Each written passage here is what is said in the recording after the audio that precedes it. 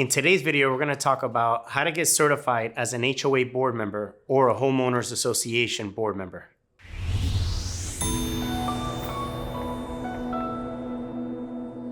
So some of you may or may not know that legislation did pass requiring homeowner association and condo association board members to now be certified.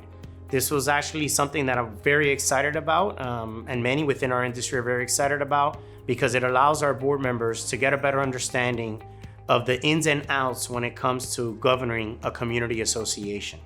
So what are the timelines for when you as a board member need to have your certification completed? So for newly elected or appointed board members, on or before July 1st, 2024, you have 90 days from when you took the seat in order to get certified. And I'll explain a little bit later in the video of how you can get certified. If you were elected or appointed to the board after July 1st, 2024, then you will have till June 30th of 2025 to get your certification. So how do you get certified as a board member? So it's our recommendation to ensure before you take any course, to ensure that the course is certified by the DBPR, which is the Department of Business Professional Regulation.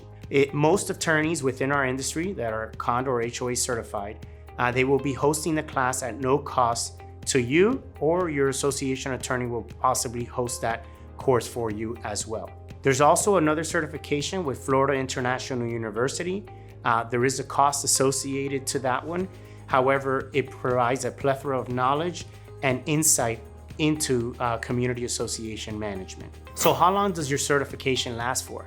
So the certification is going to be good for 4 years from the date that you took the course. It is our recommendation that you try to take the course every single year, because it'll give you a better understanding of any legislative changes that may have occurred or any changes that you should be aware of so that you can apply those to your community associations. It's important that once you've taken the course, it's not over at that moment.